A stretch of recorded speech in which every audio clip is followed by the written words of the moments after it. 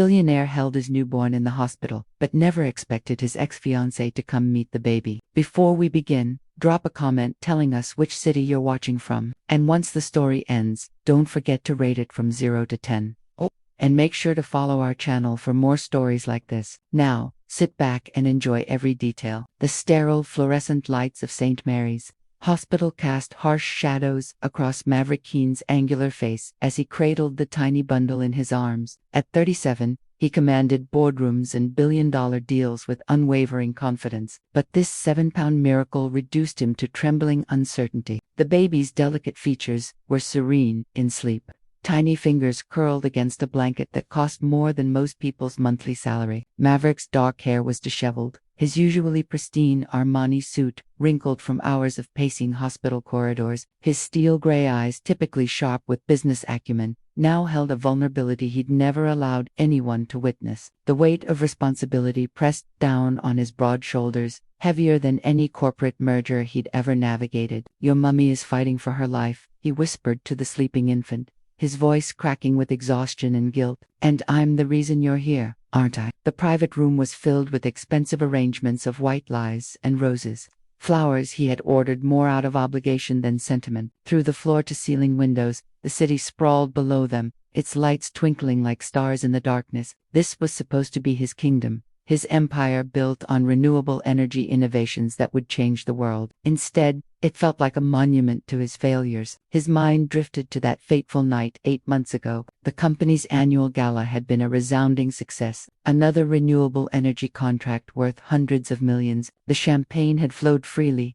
and he'd been celebrating not just business triumph, but his engagement to Enel Durand, the brilliant environmental engineer who'd stolen his heart with her passion for sustainable technology and her infectious laugh. But Scarlett Morrison had been there, too, the marketing director with auburn hair and emerald eyes, who'd been dropping hints for months. When Enel left early with a headache, Scarlett had swooped in with congratulations and more champagne. Too much champagne. One moment of weakness, one night that shattered everything. Maverick's jaw clenched as he remembered Enel's face when she'd confronted him a month later. Not about the affair. He'd confessed that immediately, drowning in guilt. But about Scarlett's pregnancy, the way Enel's hazel eyes had filled with tears before turning cold as winter steel, the way she'd slipped off her engagement ring, a 3-carat diamond he'd had custom designed, and placed it on his desk with trembling fingers. "I can't do this, Maverick," she'd whispered, her voice breaking. "I thought I could forgive the mistake, but a baby, that's not just a moment of weakness, that's a lifetime consequence."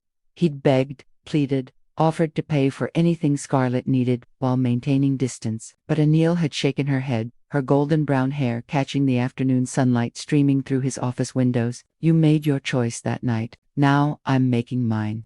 The baby stirred in his arms, making soft mewing sounds that tugged at something deep in Maverick's chest. He'd kept his distance throughout Scarlett's pregnancy, providing the best medical care money could buy, while struggling with resentment and regret. He'd convinced himself he was doing his duty, nothing more but holding his son now. Because yes, it was a boy with Maverick's dark hair, and what looked like his mother's delicate nose. Everything felt different, terrifying and overwhelming, but different. "Sir," a soft voice interrupted his thoughts. Maverick looked up to see Dr. Patricia Williams, the lead obstetrician, standing in the doorway. Her expression was carefully neutral, but he could read the concern in her brown eyes. "How is she?" he asked, though he dreaded the answer. "Stable for now. The hemorrhaging has stopped, but she's still unconscious. Her body went through significant trauma during the delivery. We're monitoring her closely."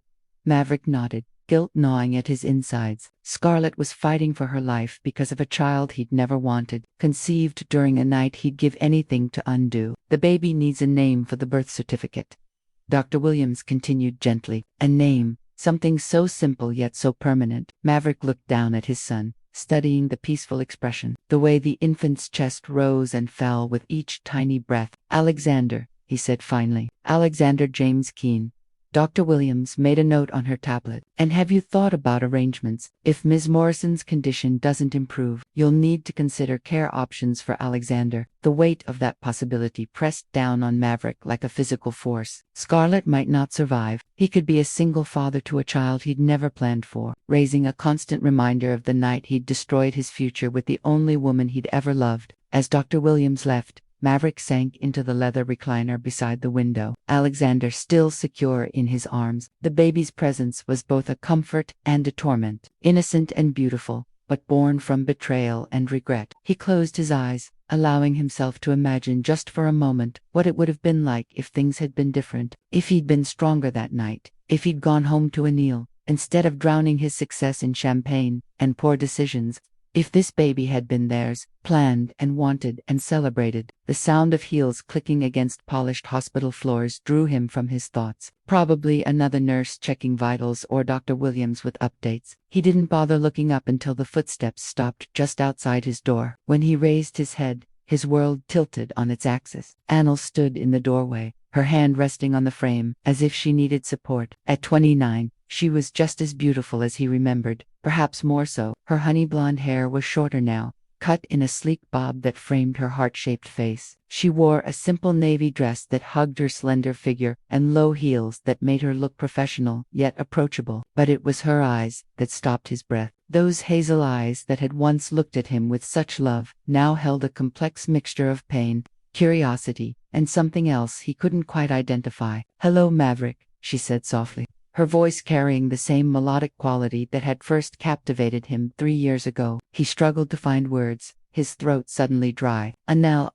what are you doing here?" She stepped into the room, her gaze moving from his face to the baby in his arms. Something shifted in her expression, a softening, a vulnerability that made his chest ache. "I came to see him," she said simply. "Your son. What drove you here tonight, Anil? Was it closure, curiosity, or something deeper that brought you back to the man who broke your heart?" For several heartbeats, neither of them moved. The only sounds in the room were the soft hum of medical equipment from down the hall and Alexander's gentle breathing. Maverick felt as though he were drowning, caught between the weight of his past mistakes and the impossibility of Anil's presence. She looked different, stronger somehow, as if the pain of their breakup had forged her into something more resilient. The vulnerability he'd once known so well was still there, but it was tempered now with a quiet strength that made his chest tighten with both admiration and regret. "How did you know?" he asked finally, his voice barely above a whisper. Anil's gaze remained fixed on Alexander, and Maverick watched as her expression softened further. "Dr. Williams called me. Apparently, Scarlett listed me as an emergency contact months ago."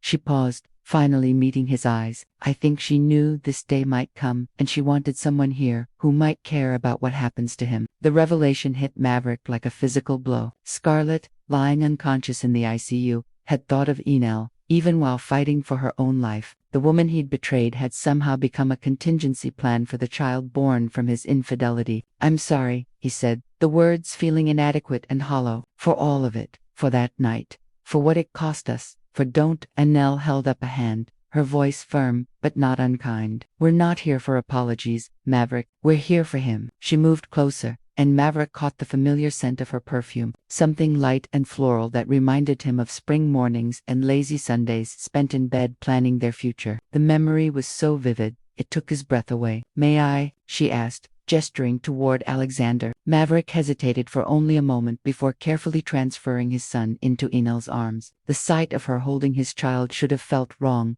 twisted somehow by the circumstances. Instead, it felt achingly right, as if this was how things were always meant to be. Enel settled into the chair beside his, cradling Alexander with practiced ease. "He's beautiful," she murmured, tracing a finger along the baby's cheek. "He looks like you, but softer somehow, more peaceful than you ever managed to look." Despite everything, Maverick found himself almost smiling at her gentle teasing. "I've had a lot on my mind lately. I imagine you have."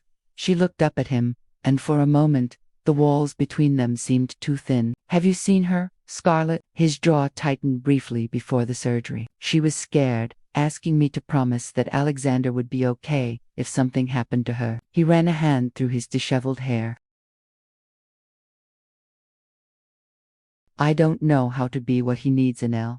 I never wanted this, but he's here now," she said simply. "And wanting him or not wanting him doesn't change the fact that he needs you." They sat in comfortable silence for a while, both watching Alexander sleep. Outside, the city continued its restless movement, but in this room, time seemed suspended. Maverick found himself studying Enel's profile, noting the subtle changes 8 months had brought. There were tiny lines around her eyes that hadn't been there before, evidence of sleepless nights and tears he'd caused. "How have you been?" he asked softly. A shadow crossed her face. "Surviving, working. I took the position with the environmental consulting firm in Portland. It's good work, meaningful work." Portland, 3,000 miles away. The distance felt insurmountable, even though they were sitting less than 2 feet apart. "I heard about the hydroelectric project," he said, "the one along the Columbia River.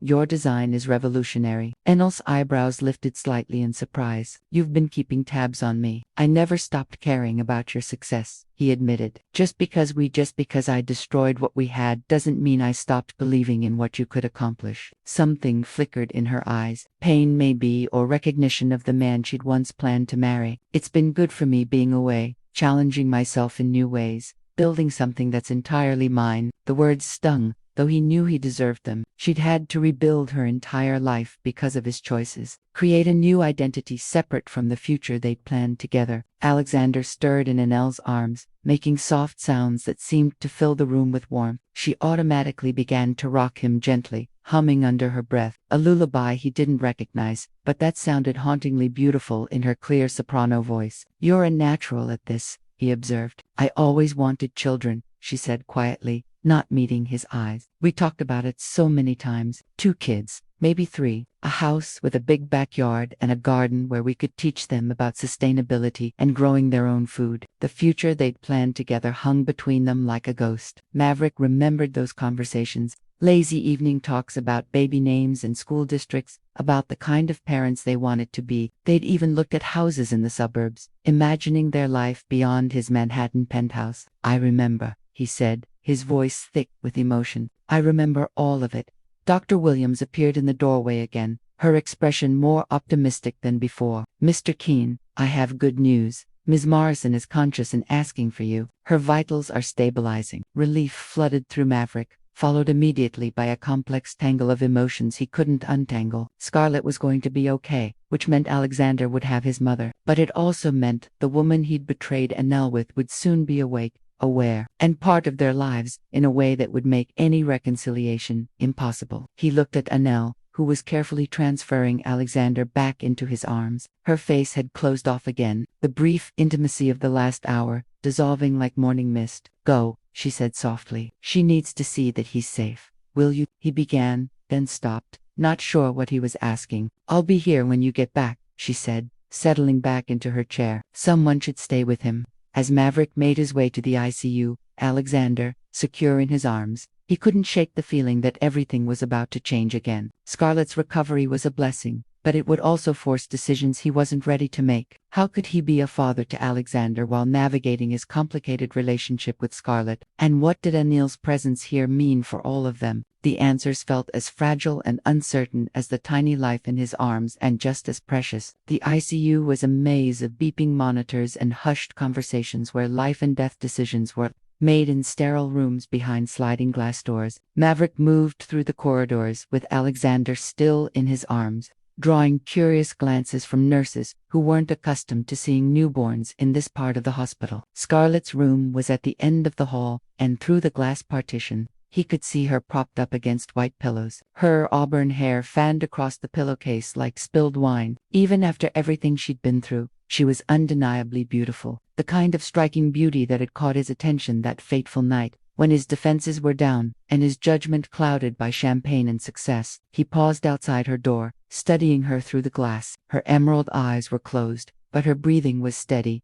and the color had returned to her cheeks. She looked younger, somehow more vulnerable than the confident marketing director who had pursued him with such determination. Taking a deep breath, Maverick pushed open the door and stepped inside. Scarlett's eyes fluttered open at the sound, and when she saw him holding Alexander, her face transformed with a mixture of relief, joy, and something that might have been regret. "Maverick," she whispered, her voice from the breathing tube they'd recently removed. Is he okay?" "He's perfect," Maverick said, moving closer to her bedside. 7 pounds, 2 ounces. Alexander James. Tears filled Scarlett's eyes as she reached out with trembling fingers to touch their son's hand. "Alexander," she repeated softly. "It's a strong name, A good name. They stood in silence for a moment, both looking down at the baby who had changed everything between them. Maverick felt the weight of responsibility settling on his shoulders like a heavy cloak, along with a confusion of emotions he couldn't quite sort through. "I was so scared," Scarlett admitted,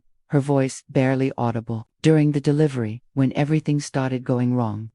I thought I might not see him, that I might not get to hold him." "But you're here," Maverick said, though his tone lacked the warmth such a moment should have carried. "You're both here, and you're both going to be fine." Scarlett's gaze lifted to his face, and he saw a flicker of the awareness that had always existed between them, the recognition of their complicated situation. "I know this isn't what you wanted, Maverick, any of this." He wanted to deny it, to offer some comfort or reassurance, but the words wouldn't come. The truth was too stark, too painful for both of them. Alexander had been conceived in a moment of weakness and poor judgment, born into a world where his parents shared nothing but regret and obligation. "What I wanted doesn't matter now," he said finally. "What matters is what's best for him."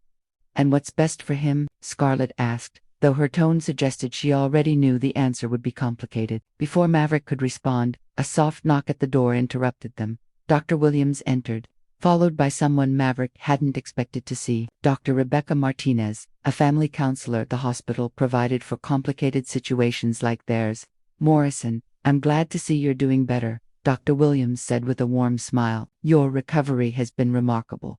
Dr. Martinez is here to discuss some important matters regarding Alexander's care and your discharge plans." Dr. Martinez was a woman in her 50s, with kind eyes and graying hair pulled back in a professional bun. She carried herself with the quiet confidence of someone who had navigated countless family crises. "I understand this is a delicate situation." Dr. Martinez began settling into the chair beside Scarlett's bed. "From what I've been told, you two aren't in a romantic relationship, but you're now co-parent to Alexander. We need to discuss practical arrangements for his care, especially given Ms. Morrison's recovery needs." Scarlett struggled to sit up straighter, wincing slightly from the movement. "I want to take care of him myself. I know the situation is unconventional, but he's my son." "Of course, he is," Dr. Martinez said gently, "but you'll need significant recovery time before you can handle the physical demands of caring for a newborn alone. Do you have family support? A place to stay where you won't be alone?" A shadow crossed Scarlett's face. "My parents are there, not supportive of my choices. They made that clear when I told them about the pregnancy. And my sister lives in California." Maverick felt a stab of guilt. He'd been so focused on his own pain and loss that he hadn't fully considered how isolated Scarlett had been throughout her pregnancy. She'd been carrying his child while dealing with family disapproval and social judgment, all while he'd maintained his distance and nursed his own wounds. "I have resources," he said suddenly. "I can arrange for private nursing care, a comfortable place for recovery. Whatever you need." Scarlett's eyes filled with tears again, but this time they seemed born of gratitude rather than pain. "You don't have to." "Yes, I do," he interrupted, his voice firmer now. "Alexander is my responsibility, too. That means making sure his mother has everything she needs to recover and care for him." Dr. Martinez nodded approvingly. "That's a very mature approach, Mr. Keene. However, I should mention that there's been an unusual development. Miss Morrison, you listed Annelle Durand as an emergency contact. She's currently in the maternity ward with Alexander." Scarlett's eyes widened in surprise. "Annelle came. I wasn't sure she would." "You know about Annelle?" Maverick asked, confusion evident in his voice. A flush crept up Scarlett's neck and she couldn't meet his eyes. "I knew about your engagement when that night happened. I knew I was breaking up something important to you. I researched her afterward, felt guilty about what I'd done. She seemed like a good person, the kind of person who might care about an innocent child, even if she couldn't forgive the adults who created the situation." The admission hit Maverick like a physical blow. Scarlett had known about Annelle all along, had deliberately pursued him despite knowing he was engaged. The betrayal felt fresh and raw, compounding his guilt and confusion. "Why?" he asked, his voice tight with emotion. "Why would you do that? Why would you pursue someone you knew was committed to someone else?" Scarlett's tears flowed freely now. "Because I was in love with you," she whispered. "I'd been in love with you for months, watching you with her, knowing I could never compete with what you two had. That night when she left early and you were celebrating, I thought maybe just for one night I could have what I'd been dreaming about." The raw honesty of her confession left Maverick speechless. Here was the truth he'd been avoiding, that what happened between them hadn't been meaningless physical attraction fueled by alcohol. For Scarlett, it had been about love, however misguided and destructive. "I know it was wrong," she continued, her voice breaking. "I know I destroyed something beautiful between you and Enel, but I can't regret it completely because it gave me Alexander, and maybe having her here means she doesn't hate him for how he came to be." Dr. Martinez cleared her throat gently. "This is exactly why family counseling is so important in situations like this. There are deep emotional wounds that need to be addressed, not just practical arrangements. Mr. Keene, how do you feel about Ms. Durant's presence here?" Maverick looked down at Alexander, who had been sleeping peacefully through the entire conversation. His son was innocent in all of this, a pure soul born into a complicated web of adult mistakes and emotions. "I don't know," he admitted. "Seeing her again, it brings back everything I lost. But watching her with Alexander, seeing how naturally she cares for him, it also makes me remember why I fell in love with her in the first place." The machines monitoring Scarlett's vital signs beeped steadily in the silence that followed, a mechanical reminder that life continued even when the heart was breaking. When Maverick returned to the maternity ward, he found Enel standing by the window, silhouetted against the city lights. She had changed Alexander's diaper and swaddled him expertly in a fresh blanket, and the baby was now sleeping peacefully in the hospital bassinet. The scene was so domestic, so natural, that it made Maverick's chest ache with longing for what might have been. "How is she?" Enel asked without turning around, her voice carefully neutral. "Recovering. The doctors say she'll be able to go home in a few days." Maverick moved to stand beside her at the window, careful to maintain some distance. "She knew about you, Enel. She knew about our engagement when Enel's reflection in the window showed a tightening around her eyes. "I suspected as much. Women have intuition about these things." "Does that make it worse, knowing it wasn't just a random mistake, but something more calculated?" "It makes it different," she said quietly, "but not necessarily worse. At least now, I understand why she listed me as Alexander's emergency contact. Guilt is a powerful motivator." They stood in silence for a moment, both watching the city below. Maverick could see his reflection alongside hers in the glass. Two people who had once been inseparable, now separated by invisible barriers of hurt and betrayal. "Dr. Martinez wants to schedule family counseling sessions," he said, "to help us navigate the complexities of co-parenting." "Us?" Enel turned to face him fully, her hazel eyes sharp with surprise. "Maverick, I'm not part of this family. I'm just someone who happened to be here tonight." "But you came," he said, stepping closer. "When you got that call, you could have ignored it. You could have stayed in Portland and let me handle this alone. But you came." "I came for him," she said firmly, gesturing toward Alexander. "For an innocent child who didn't ask to be born into this mess. That doesn't mean I'm ready to play house with you and you're with Scarlett." The way she stumbled over referring to Scarlett spoke volumes about the pain she was still carrying. Maverick wanted to reach for her, to touch her face the way he used to when she was upset, but he kept his hands at his sides. "What if I told you I'm still in love with you?" he asked suddenly, the words tumbling out before he could stop them. "What if I told you that every day for the past 8 months has been hell without you?" Enel's breath caught, and for a moment, her carefully constructed walls wavered. "I'd say that love isn't enough, Maverick. Trust is the foundation of everything, and you shattered that, not just with one night of poor judgment, but with the consequences that followed. Every time I look at Alexander, I'll remember why we're not together." "He's innocent in all of this," Maverick said desperately. "He didn't choose to be born from my mistakes." "No, he didn't," she agreed, her voice softening as she looked at the sleeping baby. "And that's exactly why this is so complicated. I could fall in love with him, Maverick. I could love that little boy as if he were my own. But what happens when Scarlett decides she doesn't want me in his life? What happens when she wants to play happy family with you?" "Scarlett and I aren't together," he said quickly. "What happened between us was a mistake, not the beginning of a relationship.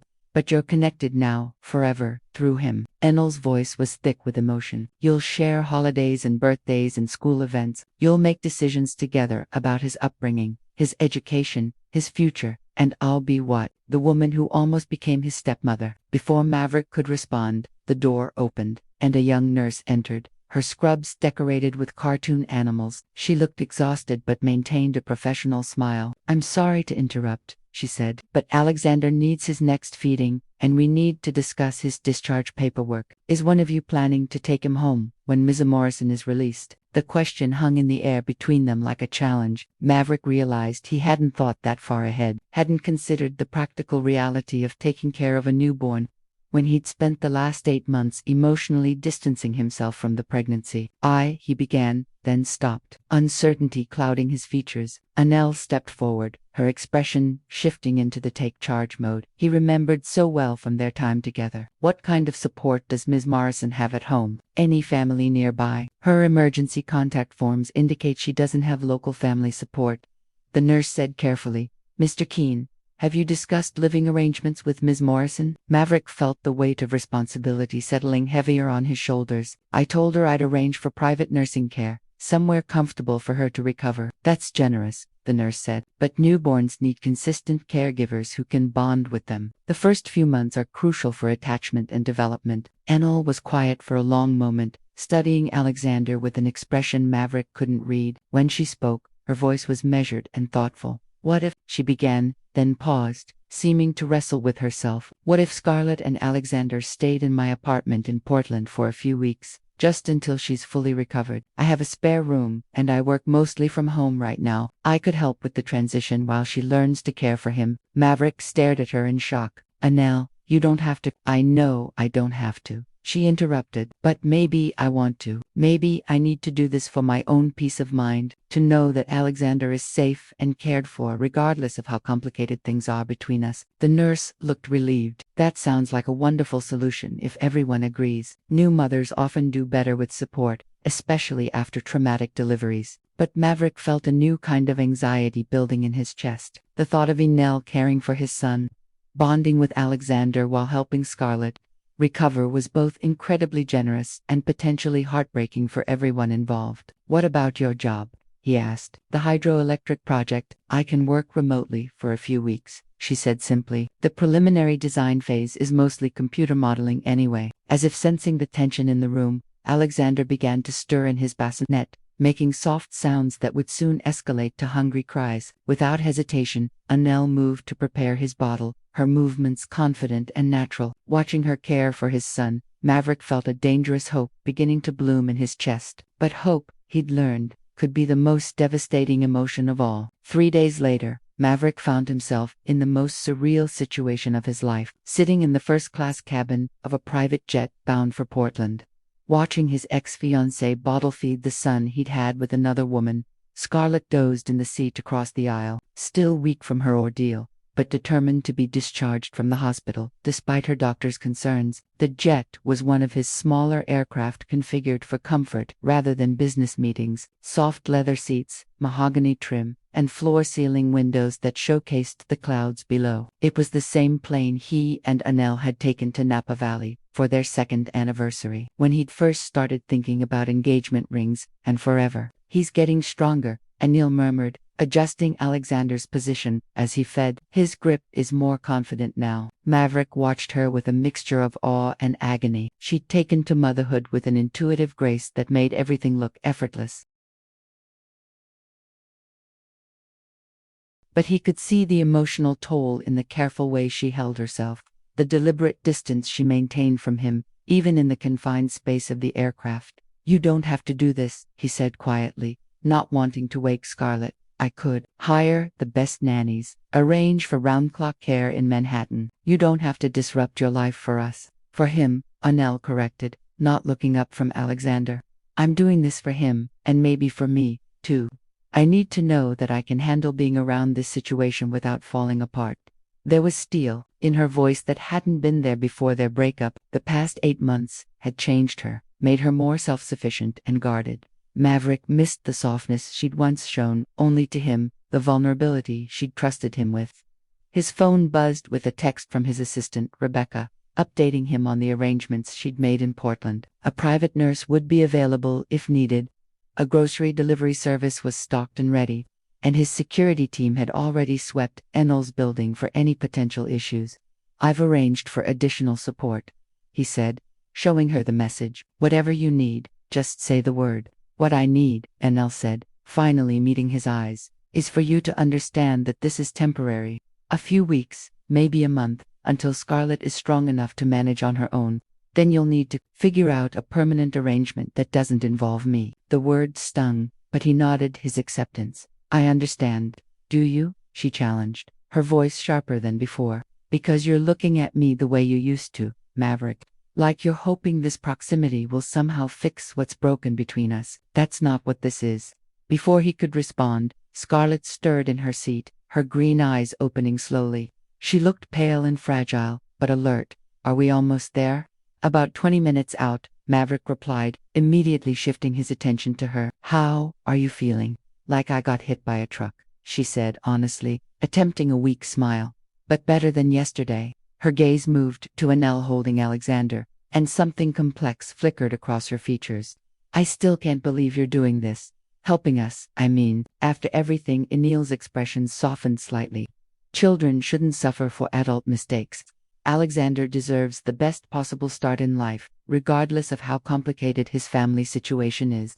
His family situation, Scarlett repeated slowly. I suppose that's what we are now, isn't it? A family, just not the conventional kind. Maverick felt the weight of that word. Family. He'd once thought he knew what his family would look like. Him and maybe 2 children with her eyes and his determination, Sunday brunches and vacation photos, and a love that could weather any storm.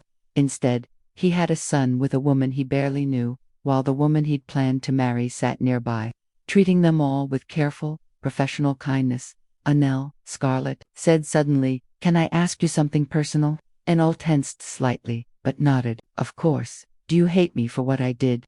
I would understand if you did. The question hung in the air like a challenge. Maverick held his breath, realizing he desperately wanted to hear the answer. Enel was quiet for a long moment, studying Scarlett's face. I did for a while, she said finally. I hated you for knowing about me and pursuing him anyway. I hated you for getting pregnant and making it impossible for me to pretend that night didn't matter. But mostly, I hated myself for not being enough to keep him faithful. Enel Maverick started, but she held up a hand. But hate is exhausting, she continued, her focus still on Scarlett, and it's not productive. What's done is done. The question now is, how we move forward in a way that's healthy for Alexander. Scarlett's eyes filled with tears. I was so jealous of what you two had. Everyone at the company knew how much he loved you, how you'd changed him. He used to be all business all the time. But with you, he laughed more, took time off, talked about actual dreams instead of just quarterly projections. Maverick's throat tightened. He'd forgotten how much he'd changed during his time with Enel, how she'd made him want to be more than just a successful businessman. She'd made him want to be a better person. That night, Scarlett continued, her voice barely audible over the aircraft engines. When I approached him at the party, he was so sad. He kept saying you'd been distant lately, working too much, that he was worried he was losing you to your career ambitions. I told him what he wanted to hear, that any woman would be lucky to have him, that you didn't appreciate what you had. Anel's grip on Alexander tightened slightly, and Maverick saw her jaw clench. Is that supposed to make me feel better knowing you manipulated his insecurities? No, Scarlett said quickly. It's supposed to make you understand that he never stopped loving you, even in that moment, even drunk and vulnerable. He was talking about you, about how to win you back, how to prove he could be the man you deserved. The cabin fell silent, except for the steady hum of engines and Alexander's contented breathing. Maverick felt exposed, as if Scarlett had stripped away all his defenses and left his heart raw and bleeding for both women to see. The truth is, Scarlett said, looking directly at Maverick now, I think I always knew that one night was all I'd ever have with you, but I was selfish enough to take it anyway, even knowing it would destroy everything good in your life. As the plane began its descent into Portland, Maverick realized that the next few weeks would be either a path toward healing for all of them, or the final destruction of any hope for his redemption. And Elle's apartment in Portland's Pearl District was a testament to her new, independent life, modern, minimalist, and deliberately free of any reminders of her past with Maverick. Floor-to-ceiling windows overlooked the Willamette River, and the space was decorated in calming neutrals with splashes of green from carefully tended plants. It was beautiful, sophisticated, and utterly unlike the warm lived-in home they'd planned to build together. Maverick carried Scarlett's suitcase while she held Alexander, moving slowly up the single flight of stairs to Enel's second-floor unit. The new mother was still weak, her face pale with exhaustion from the travel. But she'd insisted on carrying her son herself. "The guest room is through here," Enel said, leading them down a hallway lined with photographs of her recent projects. Wind farms and solar installations, bridges designed to accommodate wildlife migration patterns. Her professional success was evident in every frame, and Maverick felt a complicated mix of pride and loss, seeing how well she'd thrived without him. The guest room was spacious and bright, with a queen bed covered in soft white linens and a reading chair by the window. Enel had clearly prepared for their arrival. There was a bassinet positioned near the bed, a changing station set up on the dresser, and a comfortable rocking chair in the corner. "This is perfect," Scarlett said softly, settling into the rocking chair with visible relief. "Thank you, Enel. I know this must be difficult for you." "Well, make it work," Enel replied simply, though Maverick caught the tension in her shoulders. "There's a bathroom right across the hall, and I've stocked the kitchen with everything you'll need for Alexander. The pediatrician I called can see him tomorrow for his first checkup." Maverick watched as she methodically went through practical details, feeding schedules, emergency numbers, the location of a 24-hour pharmacy. She was treating the situation like a project to be managed, keeping her emotions carefully controlled and professional. "Where should I stay?" Maverick asked. He'd booked a suite at the Ninza's Hotel downtown, but something about the domestic scene made him reluctant to leave. "Your hotel is probably more comfortable," Enel said, without looking at him. "This isn't exactly set up for 3 adults and a baby." "Actually," Scarlett interjected, shifting Alexander to her other arm, "would it be possible for Maverick to stay here, too? At least for tonight? I'm still nervous about being alone with Alexander. And if something happens during the night." Enel's carefully maintained composure flickered for just a moment. The couch pulls out to a bed. "If you think it's necessary." Maverick could see the internal struggle playing across her features. Having him stay overnight would be a level of intimacy she clearly wasn't prepared for. But she couldn't bring herself to refuse a new mother's request for support. "It's just for tonight," he said quickly. "Until you're more confident on your own." The rest of the afternoon passed in careful choreography. Anil worked at her dining table, laptop open to engineering schematics, while Scarlett napped and Maverick paced the living room with Alexander. They moved around each other with polite distance, like strangers sharing a waiting room. When evening came, they sat down to dinner, takeout from a Thai restaurant that Enel ordered with practiced efficiency. The conversation was stilted, focused on safe topics like Portland's weather and Alexander's feeding schedule. "This pad Thai is amazing," Scarlett said, making an effort to break the tension. "Is this place a regular for you?" "I don't cook much anymore," Anil admitted. "When you're only feeding yourself, it seems easier to order in." The comment hung in the air, a subtle reminder of how her life had changed since their breakup.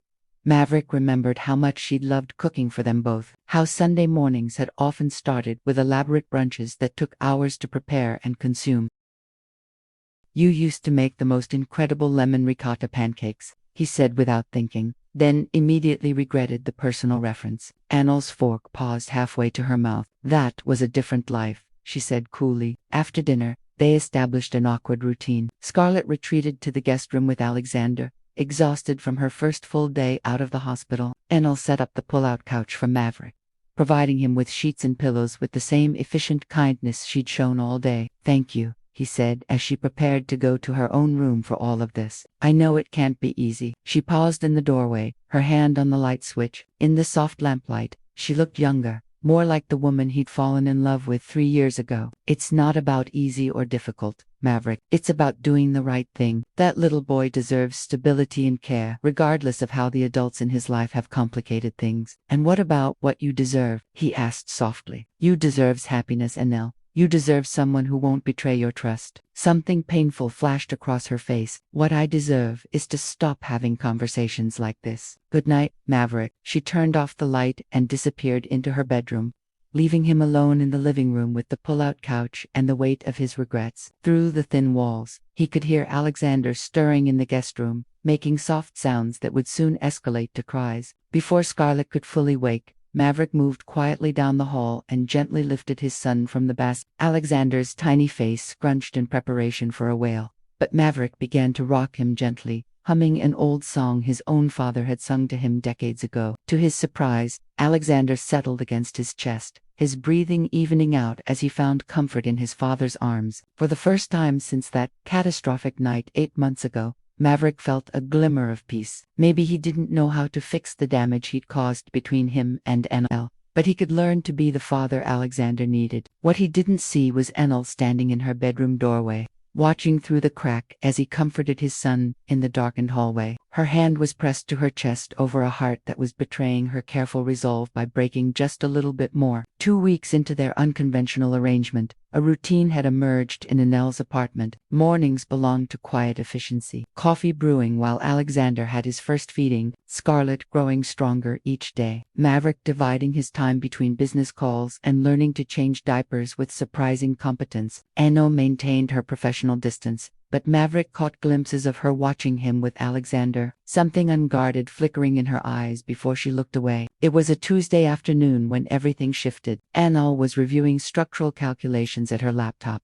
Scarlett was napping, and Maverick was feeding Alexander a bottle while pacing the living room when the building's intercom buzzed through the apartment. "I'm not expecting anyone," Enel said, frowning as she moved to the speaker by the door. "Yes, Enel Durand." The voice was crisp, professionally polished, distinctly male. "This is Christopher Blake. I'm here about the Cascade project." Maverick saw Enel's face go completely white. Her hand trembled slightly as she reached for the door release, then stopped. "Christopher Blake," she repeated, her voice barely audible. "Who's Christopher Blake?" Maverick asked. But the expression on Enel's face told him this wasn't just about business. The intercom buzzed again. "Enel, I know this is unexpected, but I flew in from Seattle specifically to see you. We need to discuss the partnership offer." Enel closed her eyes, taking a deep breath before pressing the button to release the building's front door. "Come up, second floor, apartment to be." "Enel," Maverick said, a knot forming in his stomach. "Who is he?" She turned to face him, and he saw a complex mixture of emotions in her expression: surprise, apprehension, and something that looked almost like guilt. "His Christopher is a renewable energy developer. We've been working together on a major hydroelectric project for the past 3 months. He's been," she paused, seeming to choose her words carefully, "very supportive of my career transition." The way she said it, the careful neutrality of her tone, told Maverick everything he needed to know. This wasn't just a business relationship. 3 sharp knocks at the door interrupted his spiraling thoughts. Enel smoothed her hair, checked her reflection in the hallway mirror, and opened the door. Christopher Blake was exactly the kind of man Maverick would have hated on sight, even under normal circumstances. Tall, probably 6'2", with the kind of effortless style that suggested both money and confidence. His dark hair was perfectly styled. His suit was clearly bespoke, and when he smiled at Enel, it was with the familiarity of someone who had earned the right to such warmth. "Nell," Christopher said, stepping into the apartment with the easy confidence of a man comfortable in any environment. "You look beautiful, as always." He leaned in to kiss her cheek, and Maverick felt his jaw clench involuntarily. Alexander stirred in his arms, sensing the tension that had suddenly filled the room. "Christopher, this is complicated timing," Enel said, glancing nervously toward Maverick. "I have house guests at the moment." Christopher's gaze moved to Maverick, taking in the baby in his arms with polite curiosity. "I hope I'm not intruding. I tried calling, but your phone went straight to voicemail." "No, it's." Enel struggled for words, clearly caught off guard by the unexpected visit. "Christopher Blake, this is Maverick Keene." Maverick Christopher is the lead developer on the Cascade River project. Maverick shifted Alexander to one arm and extended his hand, noting how Christopher's grip was firm and assessing. "Mr. Blake Keene," Christopher repeated, recognition dawning in his dark eyes. "Keene Energy Solutions. I followed your work in renewable technology. Impressive portfolio." "Thank you," Maverick replied coolly. Christopher's gaze moved between Maverick and the baby, clearly trying to piece together the situation. "And this little one?" "That's Alexander," Enel said quietly. "Maverick's son." Christopher's smile became more polite, more distant. "Congratulations. How old?" 2 weeks, Maverick answered, his protective instincts kicking in as he studied this man who was clearly important to Enel. The guest room door opened and Scarlett emerged, moving slowly but looking much healthier than when they'd arrived. Her auburn hair was pulled back in a simple ponytail, and she wore one of the comfortable dresses Enel had bought for her recovery. "I thought I heard voices," Scarlett said, then stopped short when she saw the stranger in the living room. Christopher's expression shifted again. taking in this new player in what was clearly a more complex situation than he'd anticipated. "I'm sorry, I don't think we've been introduced. Christopher Blake, Scarlett Morrison," she replied, moving to take Alexander from Maverick's arms with the natural ease of new motherhood. Alexander's mother. The silence that followed was thick with unspoken questions. Christopher looked from Annelle to Maverick to Scarlett, clearly trying to understand the family dynamics at play. "Perhaps I should come back another time," he said finally, his professional composure intact, but his confusion evident. "No," Anil said quickly. "No, it's fine. We can talk. Maybe we could go to the coffee shop downstairs. Give these to some privacy with Alexander." Maverick felt a surge of something he didn't want to acknowledge. Jealousy, possessiveness, fear. The idea of Annelle leaving with this polished, successful man who clearly cared about her was almost unbearable. "Actually," Christopher said, his gaze settling on Annelle with unmistakable warmth, "I was hoping we could discuss something more personal than the Cascade project. Something I've been wanting to ask you for weeks now." Annelle's breath caught audibly. "Christopher, I know the timing might seem sudden, but the partnership offer isn't just professional. Annelle Blake Development is looking for a permanent lead engineer, but more than that,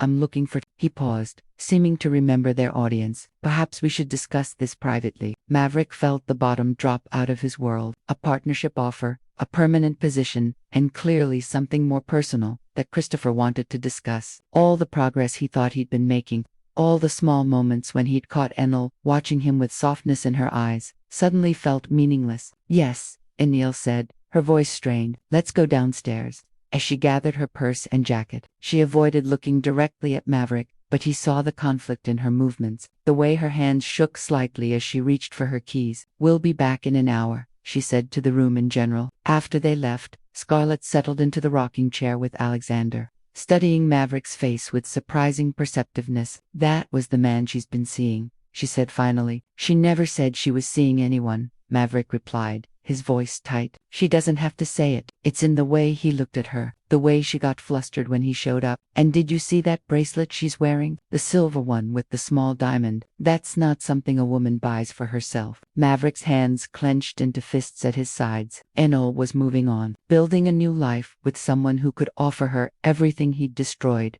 trust, stability, a fusion, without the constant reminder of betrayal. "What are you going to do?" Scarlett asked quietly. "Nothing," he said, the word tasting like ash in his mouth. "I'm going to do nothing because I have no right to interfere in her happiness." But as he stared out the window at the Portland skyline, Maverick knew that watching Annelle leave with another man might be the final blow that destroyed whatever hope he'd been secretly harboring for their redemption. Annelle returned to the apartment 90 minutes later, her face flushed and her movements agitated. She closed the door more firmly than necessary, and leaned against it for a moment as if gathering her strength. Maverick looked up from where he sat on the couch, Alexander sleeping peacefully in his arms, and immediately knew something significant had happened. "How did it go?" Scarlett asked gently from the kitchen where she was preparing a bottle for Alexander's next feeding. "It was—" Annelle paused, struggling for words. "Complicated." She moved to the window, staring out at the city as the late afternoon sun cast long shadows across the room. Her fingers twisted the silver bracelet Scarlett had noticed, and Maverick found himself studying her profile, trying to read the emotions playing across her features. "Christopher offered me a partnership," she said finally, her voice carefully controlled, "not just in the Cascade project, but in his entire development company. It would mean relocating to Seattle, overseeing renewable energy projects across the Pacific Northwest. It's everything I've worked toward professionally." "That's incredible," Scarlett said, genuine enthusiasm in her voice. "Congratulations." But Maverick could see the tension in Annelle's shoulders, the way she held herself like someone bracing for impact. "There's more, isn't there?" Annelle turned from the window, and for the first time since Christopher's arrival, she looked directly at Maverick. "He also proposed." The words hit Maverick like a physical blow. Alexander stirred in his arms, sensing the sudden change in his father's breathing, and Maverick forced himself to remain calm for his son's sake. "Proposed,"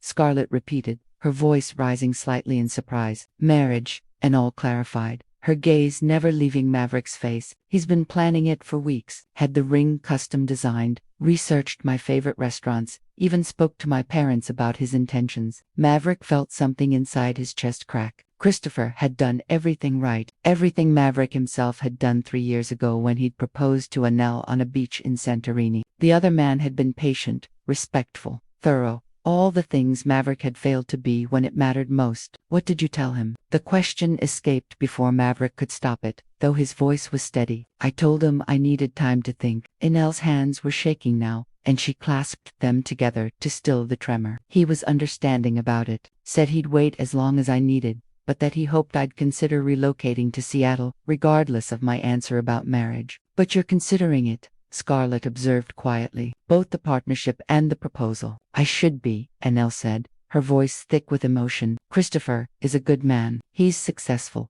kind, patient. He's never lied to me or betrayed my trust. He wants the same things I want professionally and personally. On paper, he's perfect. On paper, Maverick repeated, latching onto the qualifier. Annelle's eyes filled with tears she refused to let fall. But I can't say yes to him while I'm standing in an apartment with you and your son, pretending that the past 2 weeks haven't changed everything I thought I knew about what I wanted. The admission hung between them like a bridge. Neither of them was sure they should cross. Scarlett quietly excused herself to the guest room, taking Alexander with her, and leaving them alone for the first time since that night in the hospital. Annelle, Maverick began, but she held up a hand to stop him. Do you know what the hardest part has been? She asked, her voice breaking slightly. It's not watching you with Scarlett, because I can see that whatever you two shared was never love. It's watching you with Alexander, seeing you become the father I always knew you could be, seeing you put his needs before your own comfort and convenience. Maverick stood slowly, moving closer, but careful not to invade her space. What are you saying? I'm saying that I've spent 2 weeks watching you learn to love your son, and it's reminded me why I fell in love with you in the first place. Your capacity for growth, for becoming better than you were. But it's also shown me how much I want that. A family, children, someone who chooses me every day instead of making one catastrophic mistake that ruins everything. I did choose you, Maverick said desperately. Every day for 3 years, I chose you. One night of weakness doesn't erase that, but it does erase the trust, she said, tears finally spilling down her cheeks. And without trust, what do we have? Hope that you won't hurt me again. Faith that next time you're drunk and feeling neglected, you'll make better choices. You think I felt neglected? The question surprised him. Annelle wiped her cheeks with the back of her hand. Scarlett told me what you said that night about feeling like you were losing me to my career, about worrying that I didn't appreciate what we had. Was that true? Maverick sank back onto the couch, the weight of his honesty almost unbearable. You were working 16-hour days on the Portland project proposal. We hadn't had dinner together in 3 weeks. I was proud of your ambition, but I missed you. I missed us. So instead of talking to me about it, you talked to her and let her convince you that the solution was in a bottle of champagne and a hotel room. No, he said firmly. I let my own insecurities and poor judgment convince me. Scarlett didn't force me to do anything. She just offered what I was too weak to refuse in that moment. They stood in silence for a long moment, the weight of their shared pain filling the space between them. Outside, Portland's evening traffic hummed past. Life continued in its normal rhythm while their world hung in balance. Christopher wants an answer within the week, Annelle said finally. He's extending a job offer to another engineer if I decline, and he needs to know about the partnership to finalize his company's 5-year plan. A week, Maverick repeated. I need to know something, Maverick. If Alexander hadn't been born, if Scarlett had miscarried or chosen adoption, would you have tried to win me back? Or was losing me just the price you accepted for that one night? The question cut to the heart of everything he'd been wrestling with for 8 months. I tried to respect your decision to leave. I thought pursuing you would be selfish after what I'd done. That's not what I asked. He met her eyes, knowing that his answer might determine both their futures. I never stopped hoping. Every day I hoped you'd call or show up at my office or give me some sign that forgiveness was possible. But I also knew I had no right to that hope. And now with Alexander in the picture with Scarlett, recovering in my guest room with a life that's infinitely more complicated than it was 8 months ago. What are you hoping for now? Before he could answer, the guest room door opened and Scarlett appeared, her face pale and stricken. I'm sorry to interrupt, but Alexander's running a fever, and he won't stop crying. I think something's wrong. The pediatric emergency room at Oregon Health and Science University was a blur of bright lights and urgent voices. Alexander's fever had spiked to 103.2 during the frantic taxi ride to the hospital, and his tiny body felt like fire in Maverick's arms. Scarlett sat beside him in the waiting room, tears streaming down her face as she blamed herself for not recognizing the signs sooner. "It's not your fault," Enol said firmly, returning from the registration desk with a clipboard of forms. "N-born fevers can spike quickly. You did everything right by recognizing something was wrong." "But I'm his mother," Scarlett said brokenly. "I should have known. I should have seen the signs earlier." Maverick looked up from where he'd been staring at the floor, his hands still shaking from the adrenaline of helplessness. "We are all learning," he said quietly. "None of us knew what to expect." Dr. Sarah Chen, the pediatric emergency physician, emerged from the treatment room with a reassuring expression. "Mr. Keene Alexander is stable. His fever is responding to medication, and we've run some preliminary tests. It appears to be a common bacterial infection that newborns sometimes develop, completely treatable with antibiotics." The collective exhale of relief from all three adults was audible. Maverick felt his legs nearly give out from the sudden release of tension. "Can we see him?" Scarlett asked, standing on unsteady feet. "Of course, he's sleeping comfortably now, but you can sit with him while we wait for the final blood work results." As they made their way to Alexander's room, Maverick found himself walking between Enel and Scarlett, the three of them united by concern for the tiny life that had brought them together in such an unlikely way. The crisis had stripped away all pretense and careful distance. They were simply three people who loved a baby and had been terrified of losing him. Alexander lay in a pediatric crib, looking impossibly small against the white hospital sheets. His fever had broken and his breathing was steady and peaceful. Anne Verline delivered antibiotics through his tiny hand, but his color was already improving. "He looks so much better," Anil whispered, reaching out to gently stroke his dark hair. "Thank God," Scarlett said, sinking into the chair beside his crib. "I've never been so scared in my life." Maverick watched Enol with his son and felt something shift in his chest. The way she touched Alexander wasn't just kind or caring, it was maternal. She looked at his son the way a mother would, with protective love and instinctive tenderness. "Anel," he said quietly, "can I talk to you outside for a moment?" She nodded, following him into the hallway where other families waited for news about their own children. They found a quiet alcove with plastic chairs and a view of the Portland skyline through tall windows. "You love him," Maverick said. It wasn't a question. "Yes," she admitted without hesitation. "I didn't expect to, but I do. These past 2 weeks, watching him grow and change, seeing his personality emerge, I can't help but love him." And Scarlett, Enel was quiet for a moment, considering she's not who I expected her to be. "I thought I'd hate her, but she's just young and scared and trying to do her best. She made a terrible choice that night, but she's paying for it every day.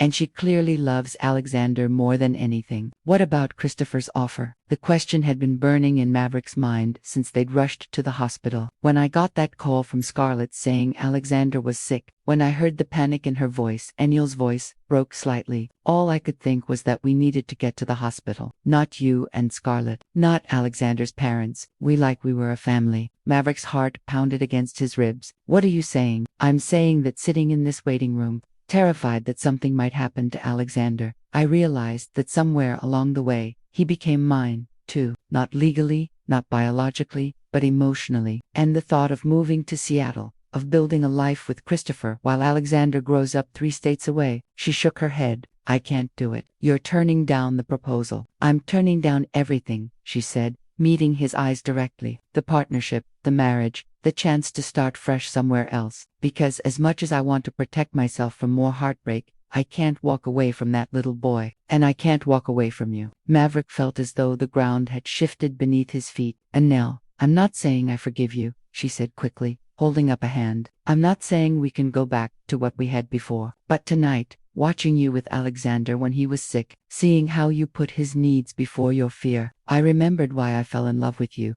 And I realized that if I run away now, I'll spend the rest of my life wondering what might have been possible if I'd been brave enough to try again." Before Maverick could respond, Scarlett appeared in the hallway, her face bright with relief. "The doctor says we can take him home tomorrow morning," she said. "The antibiotics are working perfectly, and his fever is completely gone." "That's wonderful," Anel said, her voice thick with emotion. "There's something else," Scarlett continued, her expression growing serious. "Something I need to tell both of you. I've been thinking about this for days.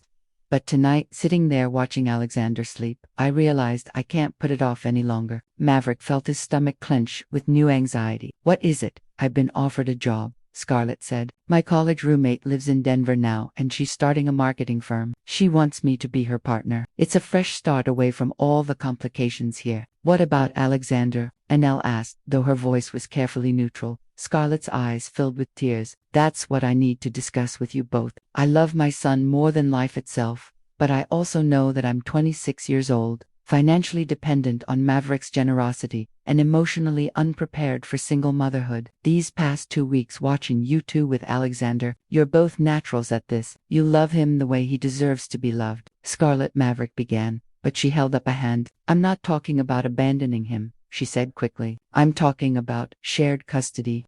About giving him the stability of two parents who choose each other every day instead of one mother who's still figuring out how to choose herself. As they stood in that hospital hallway with Alexander sleeping peacefully just a few feet away, Maverick realized that everything was about to change again. But this time, the change felt like possibility rather than catastrophe. 6 months later, Maverick stood in the doorway of the nursery he'd carefully designed in his Manhattan penthouse, watching Enel rock Alexander to sleep. The room was painted in soft greens and blues with hand-carved wooden furniture and a mural of a forest that seemed to grow up the walls toward a star-filled ceiling. It was nothing like the sterile, expensive nursery he'd originally planned. It was warm, lived in, full of love. He's getting so big, Enel murmured, adjusting the blanket around Alexander's sleeping form. At 8 months old, he was sitting up on his own, babbling constantly, and had developed an infectious laugh that could light up any room. Scarlett will be here in an hour, Maverick said quietly, settling into the chair beside her. Are you nervous about telling her? Annelle's left hand caught the lamplight as she smoothed Alexander's hair. The engagement ring Maverick had given her 3 weeks ago, sparkling against her finger. It wasn't the same ring from before. They'd chosen this one together, a symbol of their second chance rather than their original promise. A little, she admitted, even though she suggested the arrangement herself.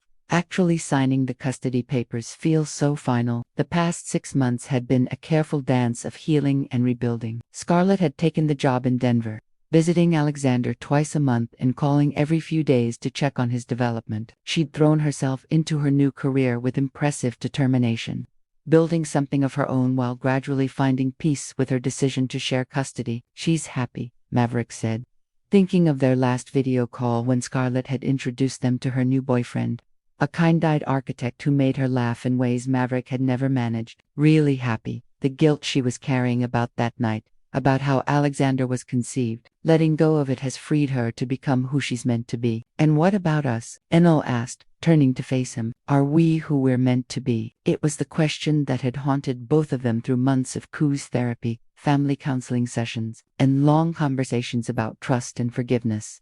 Dr. Martinez had warned them that rebuilding their relationship wouldn't be simple, that they'd essentially have to fall in love with new versions of themselves, people shaped by pain and growth and hard-won wisdom. I know who you are, Maverick said, reaching for her free hand. You're the woman who chose love over safety, who opened her heart to a child that wasn't biologically yours, who taught me that being a good father means putting family before everything else. You're stronger than you were before, and somehow that makes me love you even more.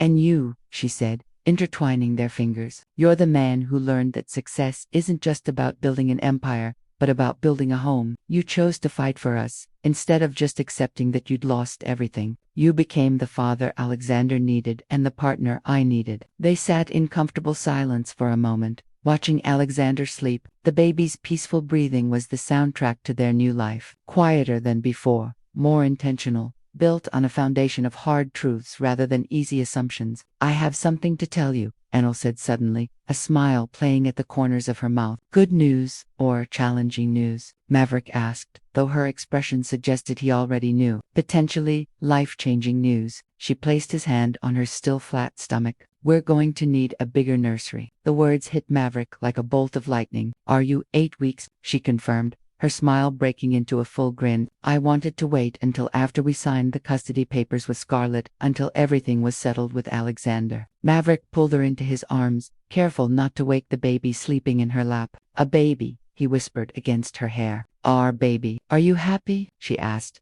though his expression already answered the question. terrified and thrilled and grateful beyond words. He said, "When February, Alexander will be about 14 months old when his little brother or sister arrives." The future stretched out before them like a gift they'd never expected to receive. Not the perfect life they'd originally planned, but something deeper and more meaningful. A family built from forgiveness, strengthened by adversity, and grounded in the kind of love that could survive anything. When Scarlett arrived an hour later, she took one look at their faces and immediately knew something had changed. "You're glowing," she said to Enel, then gasped as realization dawned. "Oh my God, are you pregnant?" "We just found out for certain yesterday," Enel said, beaming. Scarlett's reaction surprised them both. Instead of jealousy or awkwardness, her face lit up with genuine joy. "Alexander's going to be a big brother. That's incredible." As they sat around the living room signing custody papers that would give Maverick and Enel primary physical custody, while ensuring Scarlett remained an important part of Alexander's life, Maverick marveled at how far they'd all come. Scarlett was building a new life in Denver. Confident and independent, Enel had found a way to forgive without forgetting, to love without naivety. And he'd learned that being a man worthy of their trust meant making different choices every single day. "There's something else," Scarlett said, as they finished with the legal documents. "David, my boyfriend, he's asked me to move in with him."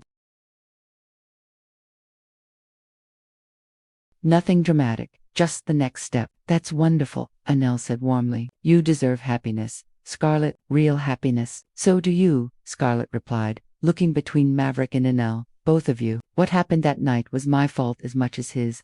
And I'm grateful every day that something beautiful came from something so ugly." Later that evening, after Scarlett had returned to her hotel, and Alexander was sleeping peacefully in his crib, Maverick and Enel stood on the terrace of his penthouse, looking out over the city lights. "No regrets?" he asked, wrapping his arms around her from behind. "About which part?" "Forgiving you, staying in New York, agreeing to marry you again, any of it, all of it."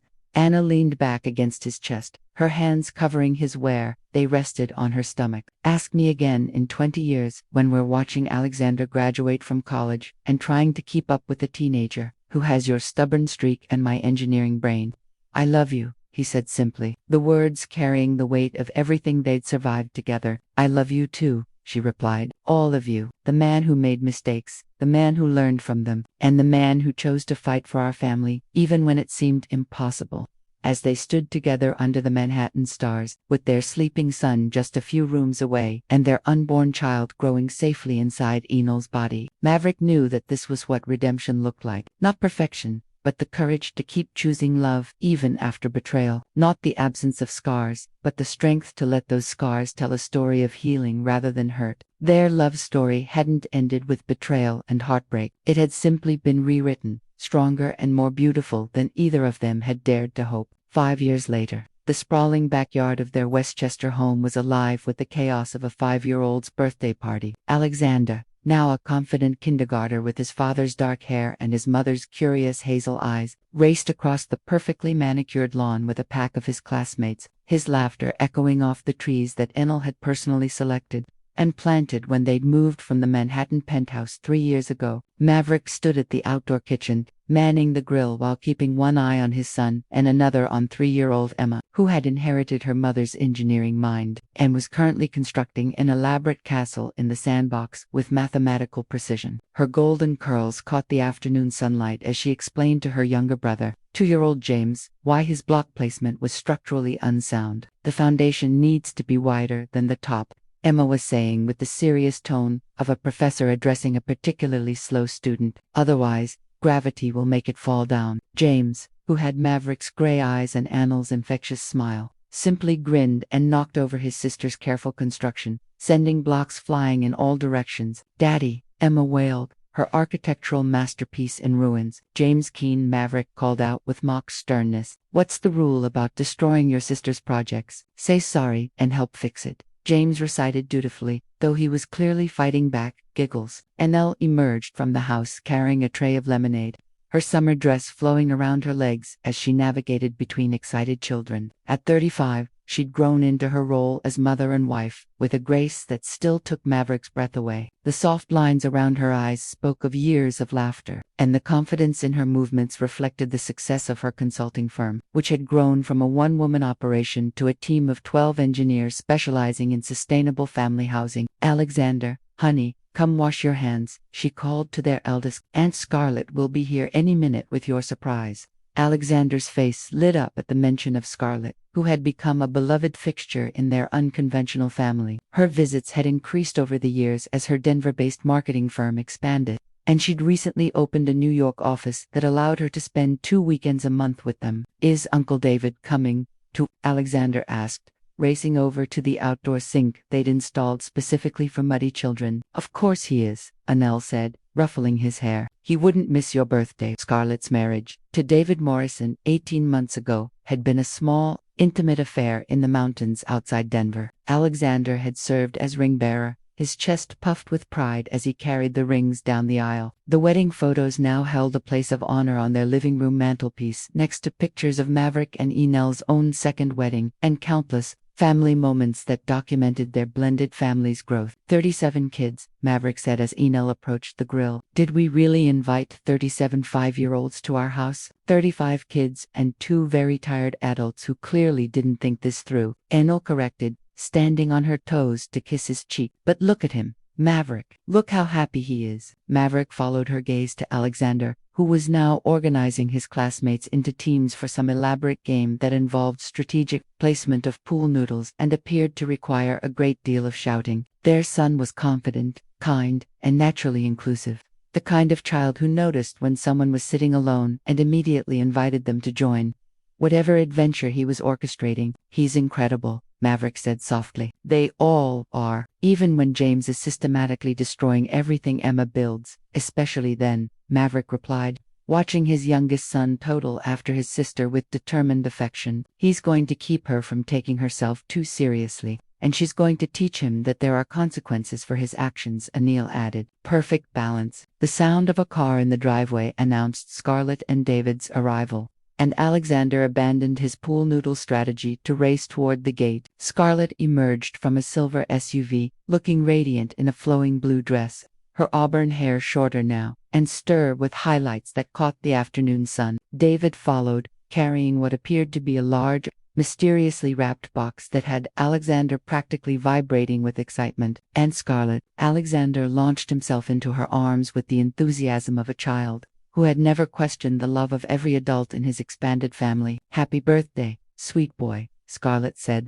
spinning him around before setting him down. "Are you ready for your surprise?" "What is it? What is it?" Alexander bounced on his toes while his siblings and their party guests gathered around. "Well," David said, setting down the large box with a theatrical grunt, "your Aunt Scarlett and I have some news to share, and we thought your birthday party would be the perfect time." Maverick and Anel exchanged glances, recognizing the particular glow on Scarlett's face and the protective way David's hand rested on her back. "We're going to have a baby," Scarlett announced, her voice bright with joy. "Which means you're going to be a cousin, Alexander." The cheer that went up from the assembled adults was nearly drowned out by Alexander's whoop of excitement. "A cousin, did you hear that, Emma? James, we're getting a cousin." As congratulations and hugs were exchanged, Maverick found himself standing slightly apart from the celebration, watching his extraordinary family with wonder. 6 years ago, he'd been a man who had everything and threw it away in one night of poor judgment. Today, he was surrounded by more love than he'd ever thought possible. Scarlett caught his eye across the crowd and made her way over,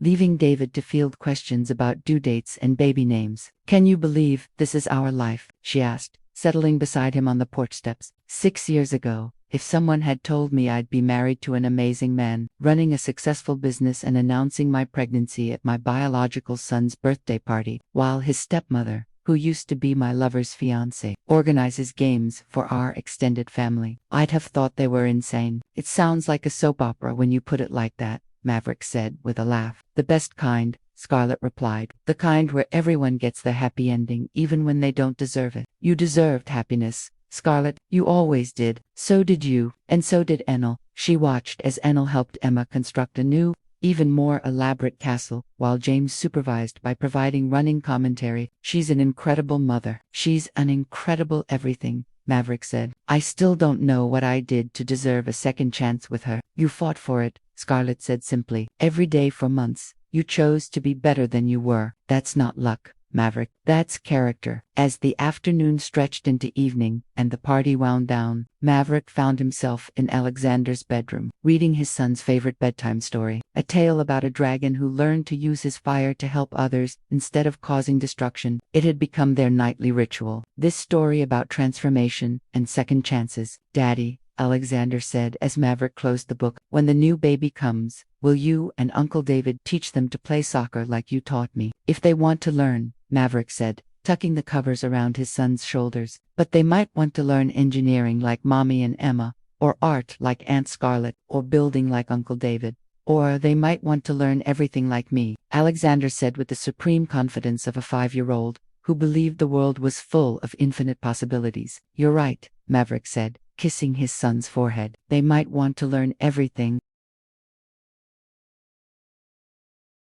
Later, as Maverick and Enel cleaned up the remnants of the party while their younger children slept, they found themselves once again standing together under the stars. The Westchester sky was clearer than Manhattan's had been, and they could actually see constellations from their back porch. Tired? Maverick asked, wrapping his arms around Anil from behind. Exhausted, she admitted, leaning back against his chest. But happy, so incredibly happy. Any regrets about this crazy life we've built? Enel was quiet for a moment, considering the question that had become their tradition, asked and answered on birthdays, anniversaries, and quiet Sunday mornings when the children were still sleeping. Do you know what I realized today? She said finally, watching Alexander with all his friends, seeing how naturally he includes everyone, how he's learned to love unconditionally. He's going to grow up thinking that families come in all different shapes, that love is something you choose rather than something that just happens to you. And that's a good thing. That's the most important thing, she said, turning in his arms to face him. He'll never take love for granted the way we did in the beginning. He'll understand that it requires work and forgiveness, and the courage to keep choosing each other even when it's hard. So, no regrets, only one, she said, her eyes twinkling with mischief. I regret that it took us 6 years to realize we should have been throwing birthday parties this elaborate all along. Alexander is already asking if next year's party can include a petting zoo. Maverick laughed, the sound carrying across their peaceful backyard to where their children slept safely in their beds. A petting zoo it is, then anything for our boy. Our boys, Enel corrected, looking toward the house where James was likely already dreaming. And our little Emma, too, of course. 3 children, Maverick said wonderingly. Alexander, Emma, and James.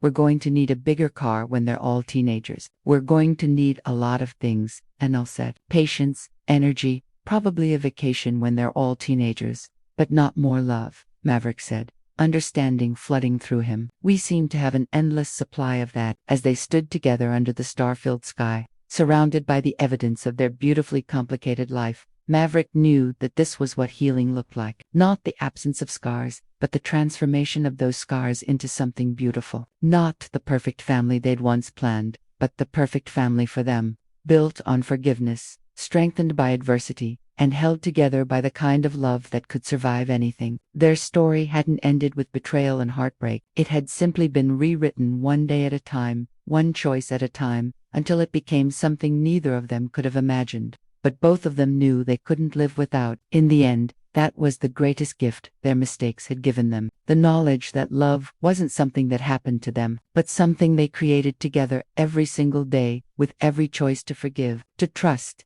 and to keep building something beautiful from the pieces of what had been broken. What would you do if given a second chance at love? Would you have the courage to rebuild trust from the ashes of betrayal, or would fear keep you from the happiness that might be possible on the other side of forgiveness? Your participation means a lot to the channel. Please share your thoughts in the comments. Thank you for watching. If you enjoyed the story, please subscribe to our channel and leave a comment below letting us know what you thought. Your feedback and support mean a lot to us. Stay tuned for more exciting stories.